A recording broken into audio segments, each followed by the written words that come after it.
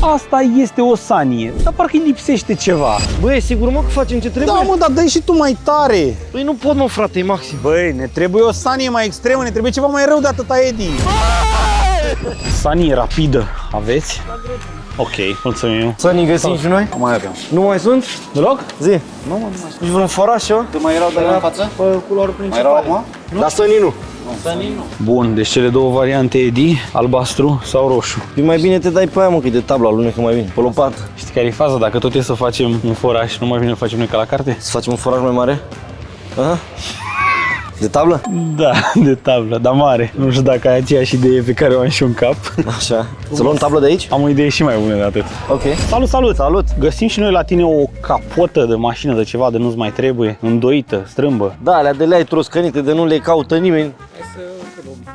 Gata, șef. Ia-o tu, Edi, pe asta. Ce? Asta e frumoasă. Faci microbus cu asta. Băgăm picioarele în ea, intrăm cu totul. Ia uite-l, mă, zici că e urs ăsta. Băi! Mamă, ce frumos e. O capotă și două scaune. Și două scaune. Ideal ar fi. Și capota, și dacă e tamponată puțin în față acolo, dar Dar e aceea ținsă, dar dăm un ciocan. Dacă vrei, dăm un ciocan aceea. nu cred că îi dăm un ciocan aici. Ca să Să punem picioare. Ia pe noi. Că e foarte bună. Bombă. Ce asta, de logandă, ce asta? Ce contează? Dăm un Bombă. ciocan, după aceea și o mai înduie niță la ei. Bă, Să o deci tu, mă, faci. că acum spunem două scaune pe asta? Cum să nu? Păi acum facem probă, dacă avem scaunele. Bun, deci avem până acum capotă. Logan, frumos, îmi place. Am început bine. Asta cu 5 milioane o luăm pe toată. Să mor de nu. Și al doilea care e ăla de acolo? E ud? Dacă e ud, nu facem treabă. Da.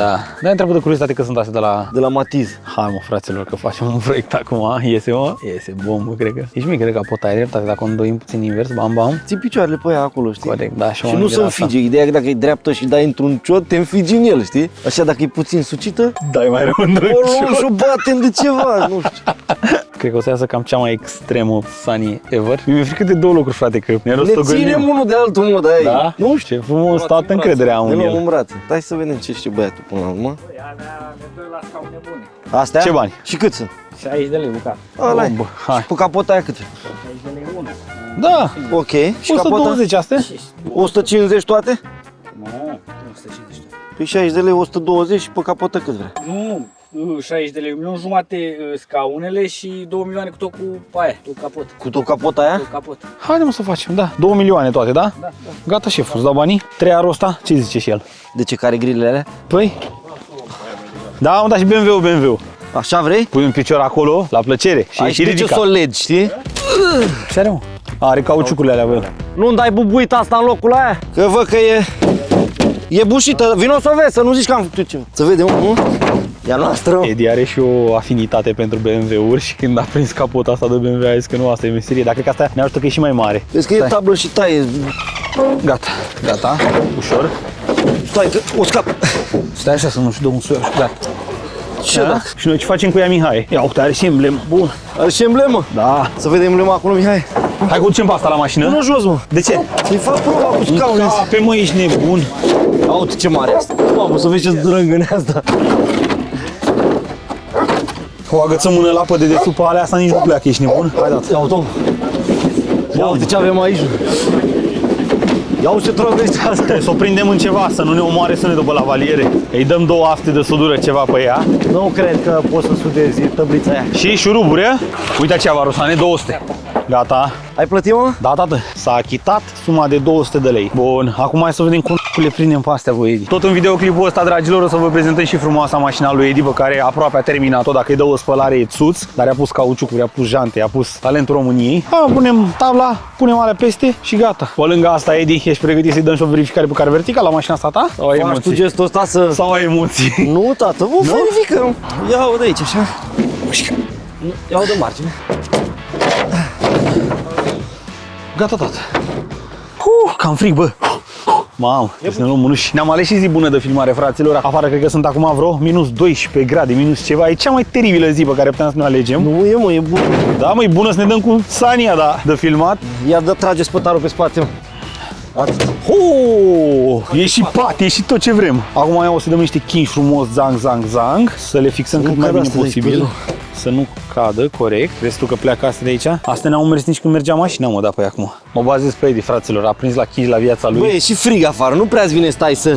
Mi-am înghețat mâinile. Mamă, te-ai murdărit pe geacă. După ce te-ai murdărit așa tare, mă? Zi, mă. Bă, și e geaca bună. Are și Edi geaca lui de duminică. Azi fiind sâmbătă, nu o poartă cum trebuie. Încearcă doar să nu o zgâri, te rog. Să ce? Să nu o zgâri. Capota? Da.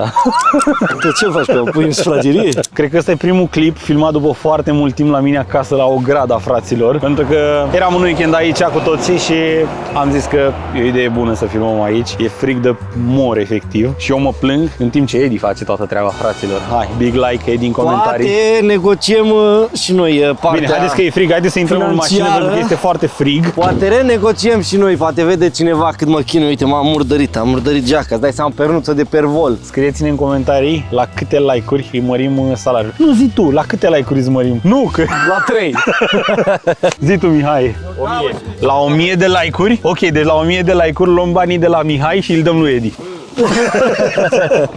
Haide! Fraților, am venit la cumpărături să ne căutăm piesele de care avem nevoie ca să ne construim noi sania noastră. În momentul de față am venit să căutăm niște șuruburi prin care să ne prindem noi niște mânere de care să ne ținem de sanie.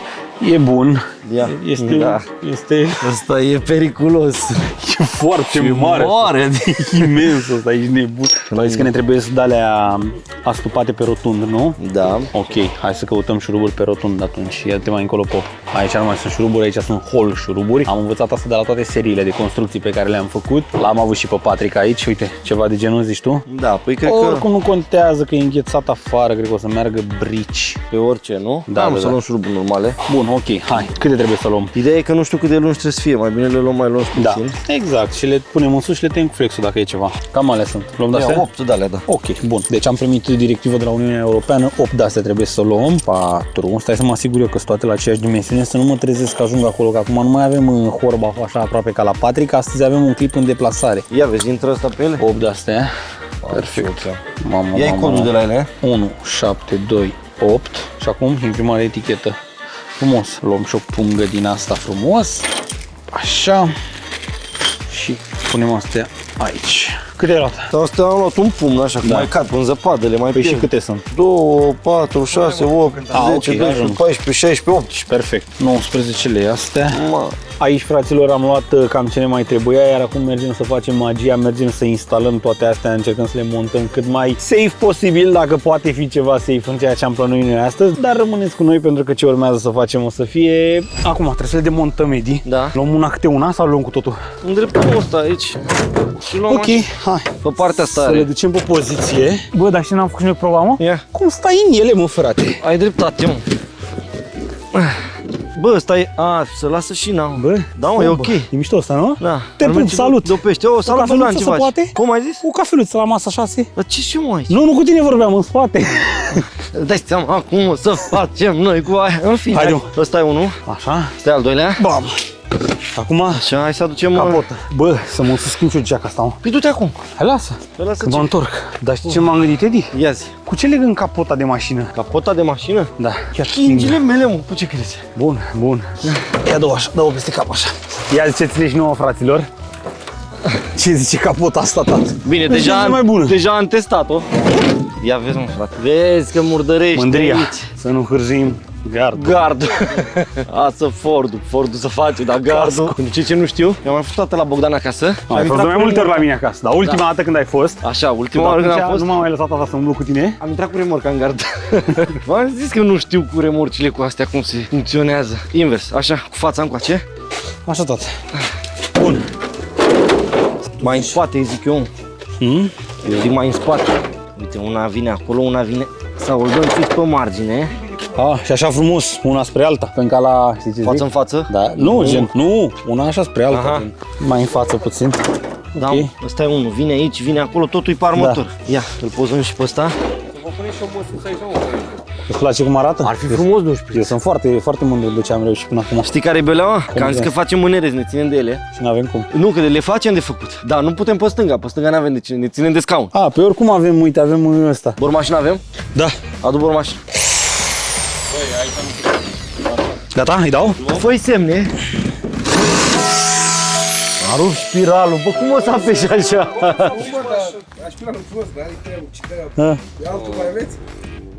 Bă, și am zis să luăm un spiral. Sigur nu mai ajung. Deci, oficial Bogdan a rupt primul spiral. Mai avem 16 spirale, dacă... Bogdane, Nu, e al tău. prima oară dai semn. Bași puțin, tu învârți puțin și eu scoți, că nu trebuie să dai Păi gata, ce să mai se vede. Da? Da, doar că nu prea putem să intrăm pe da dreptul, știi? Gen, uite cum am intrat, bam.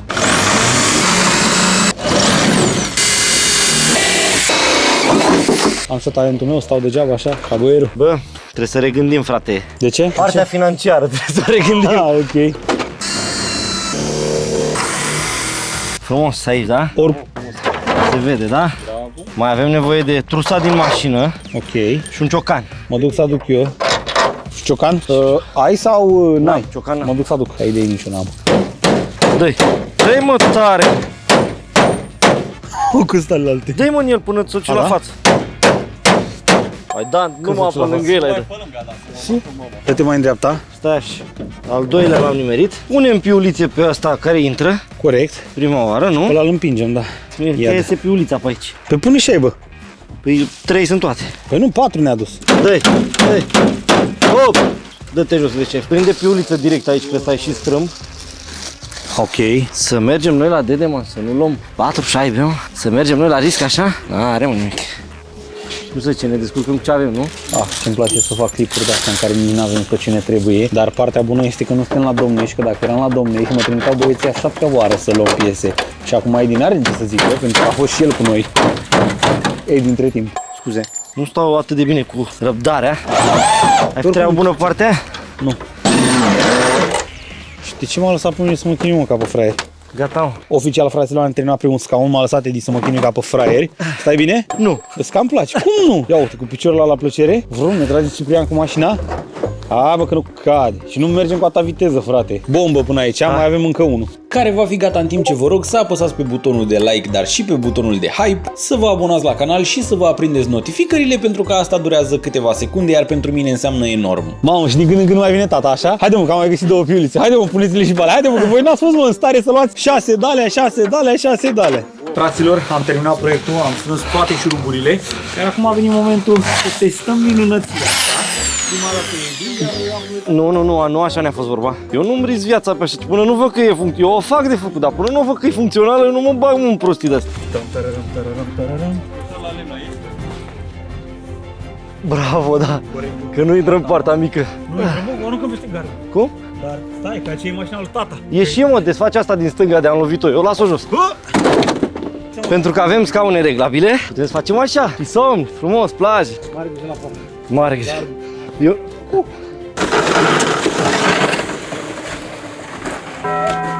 În momentul de față, fraților, Edi a securizat cât mai bine posibil astea. După cum ați văzut mai devreme, rămăsem fără baterie la lavalieră. Frigul ne-a omorât. Teoretic, bateria trebuie să țină 8 ore, n-a ținut nici măcar 3 ore pe frigul ăsta. Uite-le ce frumos le-am pus aici. Astea nu mișcă niciodată, nu pleacă asta de aici. Noi încercăm să mergem acum într-o zonă cât mai safe posibilă. Mergem pe câmp, încercăm să evităm zone străzi, șosele unde sunt oameni și așa mai departe, pentru că nu vrem să punem pe nimeni în pericol. Din acest motiv, am legat-o, după cum vedeți, cât se poate de bine. Ne urcăm în mașină și revenim direct de la punctul de show. Și înainte de a pleca, vă zic sincer că sunt foarte curios de mașina lui Edi, dacă are sau dacă nu are daune în istoric. Stați așa să-i căutăm pe aici seria de șasiu și o să intrăm foarte frumos pe Car Vertical, care este sponsorul acestui videoclip, și introducem aici seria de șasiu. După care alegem un pachet din ăsta cu 3 rapoarte ca să ieșim mai bine la preț, iar aici la cod de voucher introducem frumos Bogdan Ioan, care este numele meu, și bineînțeles că o să ne dea cea mai mare reducere disponibilă pe Car Vertical. Acum mașina lui Edi se verifică în toate bazele de date pe care Car Vertical le are la dispoziție și sunt curios ce o să aflăm despre ea. Dacă vreți și voi să verificați orice mașină, nu uitați să folosiți codul Bogdan Ioan, care vă oferă reducerea maximă disponibilă, și puteți afla despre mașina respectivă, dacă a avut kilometrajul dat înapoi, dacă a avut daune, cât au costat acele daune și multe alte informații. Până atunci raportul lui Edi s-a încărcat și apăsăm pe vizualizează raportul și vedem aici kilometrajul, după cum se observă, este în regulă, n-a avut nicio problemă, n-a avut nici daune mașina, n-a fost problemă de furt, din punct de vedere juridic a fost foarte ok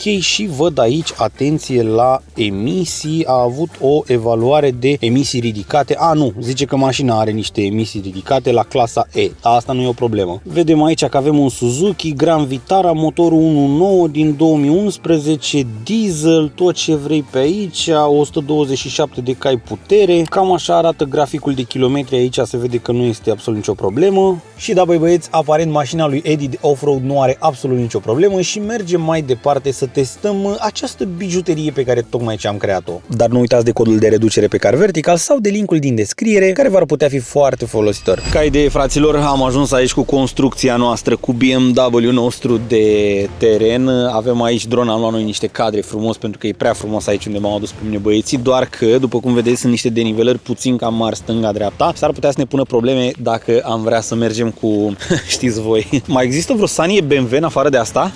Ok. Poate să fie prima.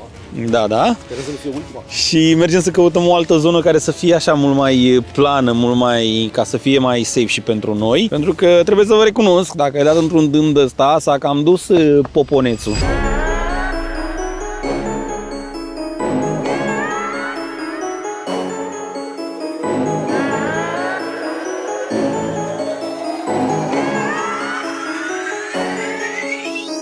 Unde o dăm, Edi? Jos în iarbă. Ia să vedem, tată, dacă am... Ia de drumul. Bă, mai ușor, mă, cu o strâmbi. Da, vreau reglat ăsta pe spate. Ok. Ăsta e primul pas. Da. Zici să ne facem niște mânere, wannabe, ceva, să ne Nu ținem știu, de hai ele, să vedem dacă avem niște nevoie. Ia urcă-te. Ok. Eu pare că mă țin. S-ar putea să vă duceți puțin în față cu asta. Nu ne Nu, împingem înțelegem. tare, aci mai la bază. Bă, dar de ce ne ținem, frate? Așa ne țin, de scaun. Nu m-a trosnit. Da. Ai nevoie, eu n-aș avea nevoie să mă țin. Mă țin Bă, de scaun. contează cât de tare mergem, că dacă nu mergem foarte mergem tare... tare, nu știu, să vedem. Haide, mai să-i dăm o probă, așa, de curiozitate. Să luăm o kingă. Luăm o kingă frumos. Avem King mașină. Avem aici domnul șofer Ciprianos, care a încercat să ferească de cameră. E frumos, e o grămadă de zăpadă. Bă, dar e atât de frig aici. E și râul lângă noi aici, trece fiu. Știi ce era bun și ne-am gândit să luăm? Căști, frate. Mamă, alea țineau de cald. Eu am un fes. Mai mult decât de protecție. Hai, și eu am șapca dacă vă ajută cu ceva. Deci în primul rând începem așa, cu un nod pe că dacă era Patrick, hai să ne fac și niște noduri de alea de le ia el. El are Ia, trage-o. nod de pădurar. E safe, da? Cât de safe ar putea să fie. Și gen toată asta, Edi, să fie? Nu, o legăm la jumate de aia, dar am vrut să știu că am suficientă. Păi are 100 de metri asta. N-are... Ia. Poți să lași mai mult spațiu, abia ne filmează Pop mai bine. Hai să vă arătăm cum stă Mihai în portbagaj. Uitați-l aici, frumos. Stai așa că nu sunt...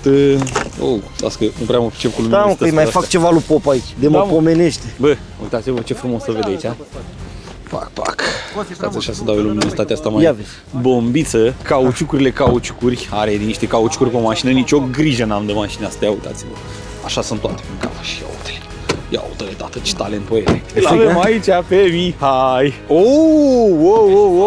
Avem lumină. Înmânăm asta la Mihai. Cipriane, Doamne ajută. Probă. Cum e Mihai? Ne vedem bine? În primul rând mă bucur că te-am păcălit și nu m-ai lăsat singur. Da, ia un loc aici. Am lăsat mai pe spate. Stau frumos așa. Ia de ușor. Bă. Ia-l, bă! Bă, ce troznește! Adevărat, s-aude rău. Bă, stai așa! Bă, ia Mamă. stai! Frână! Fugi într-o parte, nu? Stai să-mi iau fes, că mi-a degerat creierul. Da, Mihai, dăm fesul tău. Gata, fraților, ne-am echipat puțin că e belea, mă, mâncava așa. Dar vezi că e frumos, Edi, dar de ce să duceam mult în stânga? Ești pregătit? Da, băi. Hai să vedem. Vai de capul nostru. Ia de ușor, Cipriane. Ușor i-a dat. Gata, hai. Bă, ne vedem pe YouTube, că avem puțină treabă.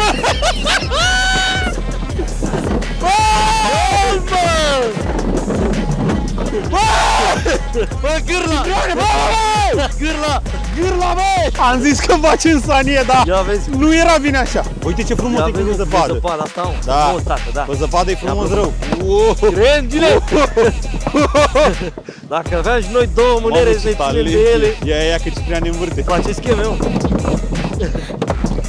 E bun, mă, și... Au-te zăpada ta. Da, mă, da, mă, și da. BMW-ul, mă. Sani am zis că facem, Sani am făcut-o, ticule. Frumos, așa, Merge da. bine BMW, îmi place. Merge. Stânga împrejur! Stai că ne face stânga din mers. Ține-te! S-a rupt! Stop! Mamă, ce frumos era curba asta. Băi, fraților, e o senzație atât de șmecheră. Îmi place la nebunie. Foarte șmecheră Da, mă, ne senzația. mai dăm. Acțiguiește nițel mai tare. Ai văzut că să cici lateral așa. Da, mă, da. Lec, mă, face asta. Am țiguit-o. Ia-l, bine, mă! Wow! Ăsta e cadrul de început. Bine, mă! Altceva, tată! Ai simțit-o? Mamă, ce frumos face pe aici! Bine! Sunt 100 de zile în vacanța de iarnă. Ce bine cu toți vom petrece. Că problema anuală în vacanța de iarnă e că ne vom distra până trece. De pildă. Știi ce mi-e cel mai frică? Să nu ne înfigem într-un ciot de ceva. Odată te ca ăla. Bă, nu pot să cred. Ulala. Băi, băiatule, băi. Până la urmă să rupe scaunul ăsta. Hai să vedem. Bine, mă! Cipriane! Băi! Băi! Băi! Aoleu. S-a rupt scaunul. Băi! Băi, Da, mă, da. nu pot să cred, m-am urcat pe boc. Băi, băi.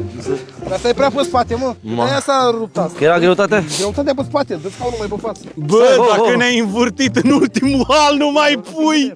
Impresiile după prima tură, mi-a fost frică rău Bă, de frate. tot, fraților, acolo. Adică, poate să zic că Edi să Bă. dea el rotund, dar l-am văzut peste mine. Bă, m-a bufnit un râs când am căzut. Am Nu pot să văzut. cred, mă. Da, ideea e că s-a strâmbat asta, S-a mă, strâmbat de-aia. căruța puțin, a? Dar Ia. eu zic încă mai duce. Bă, emblema mai e acolo, ia vezi emblema. Stai, mă. Ia vezi emblema. Mamă, ce s-a făcut? E acolo? E aici, mă, e cu noi, mă. Destructibil BMW-ul, Gata, nu mă. vreau eu să-i dau dreptate. Ia uite și scaunul meu cum s-a făcut. Deci s-a Eu am făcut venit peste tine, mă. în 7 ape s-a făcut capota. E treaba de reglaj fin aici, frate, doar. Bă, dar e frig rău afară. Lasă, mă, gata, mă, e ok. Bă, nici ne simți, mă? Ai pus zăpadă pe scaunul tău și o să... Nu, ai pus zăpadă pe scaunul Am meu. pus zăpadă pe scaunul tău. E Lasă bine. că-i dăm drumul la încălzire în scaune și n-avem nicio Hai, problemă. tata, mai dăm o tură, nu? Hai să mai dăm o tură. Haide, fraților, hai curaj. Bă, eu cred că așa trebuie să ne ținem, Edi. Ia uite. Mamă, ce frumos e pe aici. Eu stau foarte bine acum, l-am dat și puțin mai pe față. Vezi ce frumos e când ai zăpadă pe aici. Ține-te că ne învârtim! He, he.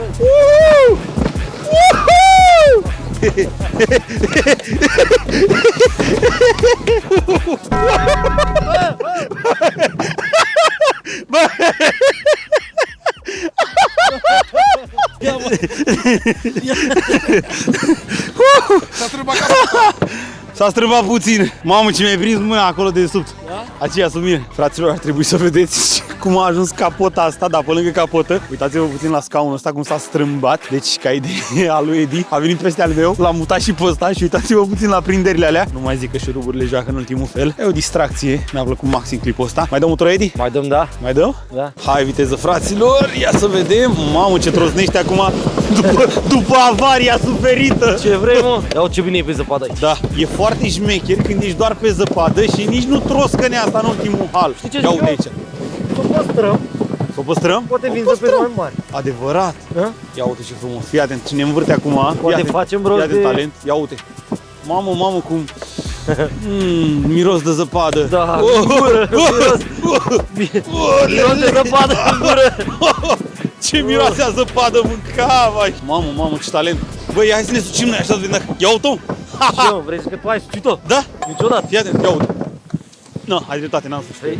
Fraților, a fost o experiență mai mult decât mișto. Vă mulțumesc super mult că v-ați uitat la acest videoclip. Ne-am distrat la maxim, chiar dacă este foarte, foarte frig afară. De-aia am și apelat la festul lui Mihai ca idee. Ăsta este proiectul pe care noi l-am avut săptămâna asta. Avem Sania BMW, avem o Sanie extremă cu 2 locuri, pe care Edi a propus foarte bine să-l mai păstrăm. Poate vin zăpezi mai mari, mai interesante, să ne distrăm și mai rău cu el. Până data viitoare m-aș bucura tare, tare mult să apăsați pe butonul de like, de share, de subscribe, să-i dați un share la story, să faceți clipuri, să-l tăiați, să-l puneți pe TikTok, să faceți ce vreți voi cu el. Lăsați-mi în comentarii ce alte idei nebune vreți să mai facem, că ați văzut, noi avem câteva, nu se pune problema de așa ceva, dar dacă aveți și voi, nu ezitați să ne le scrieți în comentarii, să ne trimiteți videoclipuri cu talentele voastre pentru emisiunea Abonații Fac Talente și până data viitoare v-am pupat pe toți, ciao!